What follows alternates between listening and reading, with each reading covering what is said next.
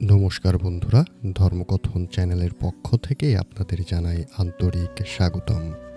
আজকে পাঠ করব শ্রীমদ্ ভগবদ গীতার ৭ম অধ্যায় জ্ঞান বিজ্ঞান যোগ এর সারাংশ। ওম নমো ভগবতে বাসুদেবায়। হরে কৃষ্ণ। সপ্তম অধ্যায়ে ভগবানের স্বরূপ বর্ণনা করা হইয়াছে। ভগবানের দুইটি প্রকৃতি, অপরা এবং পরা। এই প্রকৃতি জীবজগৎকে ধারণ করিয়া আছে। প্রকৃতি আমার অর্থাৎ ঈশ্বরের মায়া, ইহা আমা হইতেই সৃষ্ট। ইহা আমার অধীন, কিন্তু আমি ইহার অধীন নই। মায়ামুগ্ধ জীব আমাকে জানিতে পারে না, আমাকে না জানিয়া অন্য দেবতাকে জানিতে চায় এবং অন্য দেবতার পূজা করিয়া ইষ্টফল লাভ করে। সেই ইষ্টফল কিন্তু ক্ষণস্থায়ী।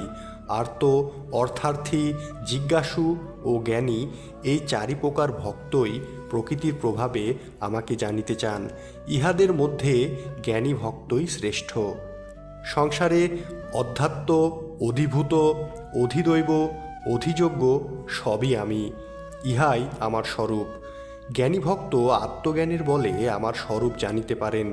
এই কারণেই জ্ঞানী ভক্ত আমার প্রিয়, আমিও তাহার প্রিয়। ইতি জ্ঞান বিজ্ঞান যোগ নামক সপ্তম অধ্যায়। হরে কৃষ্ণ। পরবর্তী অধ্যায়গুলোর সারাংশ শুনতে আমাদের চ্যানেলটি সাবস্ক্রাইব করে আমাদের সাথেই থাকুন। ধন্যবাদ।